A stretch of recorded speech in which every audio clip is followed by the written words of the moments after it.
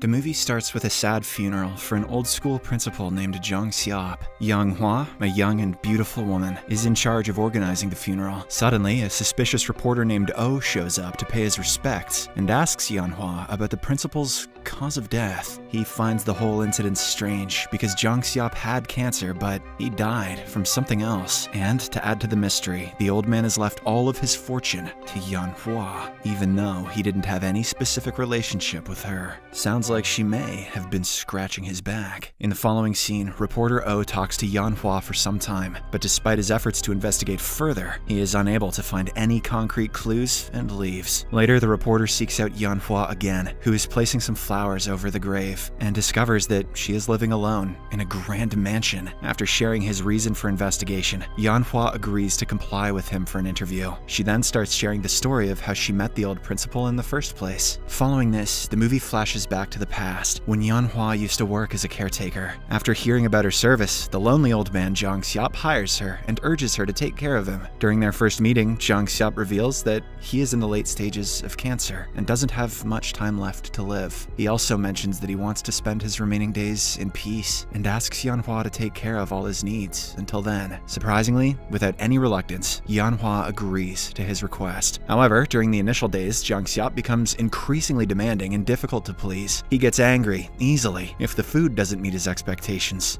and even asks Yeon-hwa to give him long massages. I'd have been more surprised if he didn't go down that road. One night, after having a nightmare, Jong-sup wakes up and finds Yeon-hwa sleeping beside him instead of watching over him. Seeing this, he becomes furious and throws a glass of water at her, waking her up. However, Yeon-hwa remains calm and he eventually goes back to sleep. As the days pass, Yeon-hwa learns Jong-sup's preferences and becomes more understanding of his needs. She begins preparing his favorite meals, taking care of his medications, plays This Little Piggy Went to the Market with him, and even knowing the correct temperature of water for his bath. With all of this, their relationship improves and they grow closer. One night, Jong-sup takes Yeon-hwa to a reunion party and introduces her to his friends. He even convinces her to sing a song on the stage, which captivates everyone in the audience. Jong-sup is really impressed by her singing ability, as he had no idea about it. On their way home, he mentions that the song used to be his late wife's favorite. When asked about how she knew about the song, Yeon-hwa confesses that her late boyfriend used to listen to it quite often. The following morning, Yeon-hwa is giving Jong-sup a pedicure in the garden.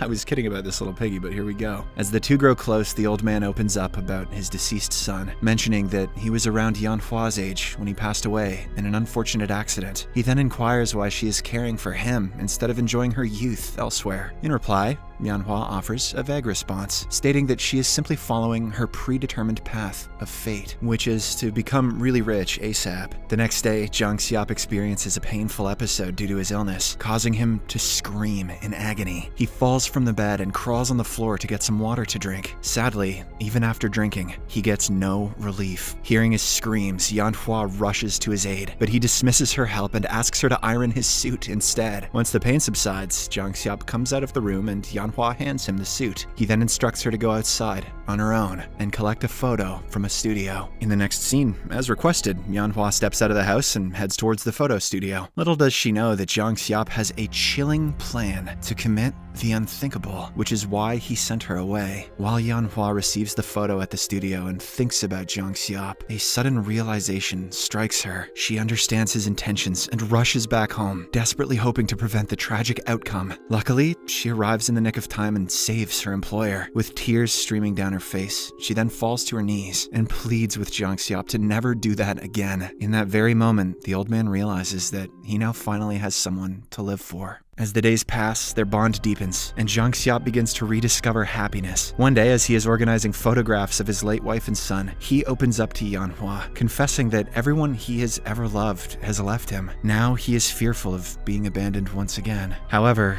Yeon-hwa tenderly assures him that she has nowhere else to go, and promises to remain by his side forever. To shift the conversation and bring some solace, Yeon-hwa gently inquires about Jong-sup's son captured in the photograph. In reply, he reminisces about his son, describing him as a dedicated and talented individual who was tragically taken away by a car accident, leaving the world too soon. The next day, Yeon-hwa accompanies Jong-sup for a medical checkup, and to their astonishment, the doctor delivers unexpected news. Jong-sup's cancer cells have miraculously stopped spreading. Instead of having only 6 months to live, he now has an extended prognosis of 6 years. The doctor concludes that patients who maintain a positive outlook on life tend to experience longer lifespans. On their way back from the appointment, Jong-sup can be seen smiling, expressing his gratitude to Yeon-hwa by holding her hand. He believes that she is the reason for his happiness and positive attitude towards life. In the following days, Jong-sup's affection for Yeon-hwa grows stronger, and he treats her to fancy dinners at nice restaurants. During one of these dinners, Yeon-hwa kindly advises him to not drink too much because of his illness. However, the old man, who is caught up in the moment, completely ignores her and ends up getting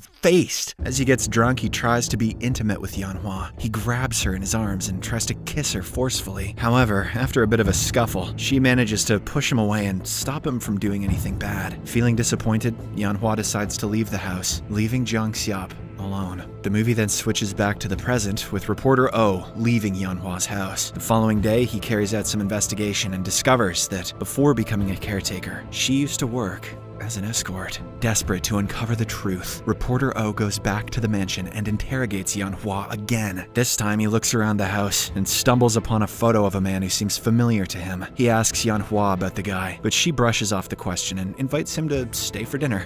Later, during the meal, the reporter straightforwardly asks Yeon-hwa if she has anything to do with the old man's death. In response, Yeon-hwa doesn't give a clear answer and instead pours reporter Oh some wine. She then shares more about her past with the old man. The movie once again flashes back in time to the day when Yeon-hwa rejected the old man's advances. Unfortunately, this sends him into a state of depression, because of which he starts treating her poorly again. To make matters worse, Jong-sup's health begins to decline. Despite his mean behavior, Yeon-hwa continues to care for him, but this time she does so by wearing revealing clothes and occasionally trying to seduce him. She massages him frequently and also puts his head on her lap. She also plays this little piggy with even more fervor. Back to the present, Yeon-hwa suddenly interrupts her story and decides to share another important incident from her past with the reporter. She tells him about the night she met her ex-boyfriend for the first time at the nightclub where she used to work. While serving a group of men, she finds him quiet and shy, unlike other loud and energetic men there. Yeon-hwa finds his demeanor appealing and starts to take an interest in him. Later that night, she gets a sudden headache and sits alone outside the club. Coincidentally, the same guy from before notices her discomfort. He comes close to her and offers her some medicine to help her feel better. With his behavior, Yeon-hwa finds him very humble and sweet. She cannot help but laugh and call him adorable. Later, the guy proposes to her to have dinner, and they end up going out for a meal together. From here, their relationship starts and grows with every other meeting. Back in the present, reporter Oh finds himself spending the night at Yeon-hwa's house after drinking too much wine. When he wakes up, he hears Yeon-hwa crying in the shower. Curious and concerned, he approaches her, and she opens up about some dark experiences from her past. She insists that she is innocent and did not murder the old man. The reporter feels bad for her and tries consoling her, but one thing leads to another, and they end up getting intimate. Surprisingly, the following morning, reporter Oh wakes up to find Yeon-hwa gone. While searching for her around the house, he comes across an old news article that reveals the truth about Yeon-hwa's boyfriend. He goes through it and discovers that her boyfriend was actually the son of the old man, Jong-sup. The article also reveals that her boyfriend didn't die in a car accident, but committed the unthinkable, frustrated by a traumatic event. Confused by what he just read, the reporter decides to delve deeper into the investigation. He uncovers the shocking fact that Yeon-hwa had been making potions, I tell you, to induce feelings of love, and she had spiked both his and the old man's drinks. The scene shifts back to the past, and we see Jong-sup carefully trimming his beard, seemingly preparing for something special. With a ring in hand, he enters Yeon's room and gently places it on her finger while she is asleep. However, Yeon-hwa suddenly wakes up and rejects his heartfelt proposal. Desperate to win her over, Jong-sup goes to great lengths. He offers her his house and all of his fortune, hoping that she will agree to marry him. However, she refuses all of his advances and leaves him alone. After several days, Yeon-hwa returns home with vengeance in her eyes. It is at this moment that she unveils a shocking truth. She is actually the girlfriend of his deceased son. Yeon-hwa discloses her true intentions, mentioning that she has come for revenge for her boyfriend's death. It turns out that Yeon-hwa's boyfriend's tragic demise was a result of his own father's deep-seated hatred. Upon discovering his son's relationship with an escort, Jong-sup orchestrated a cruel plan plan. He hired some of Yeon-hwa's previous clients and forced them to engage in intimate acts with her while making his son watch everything.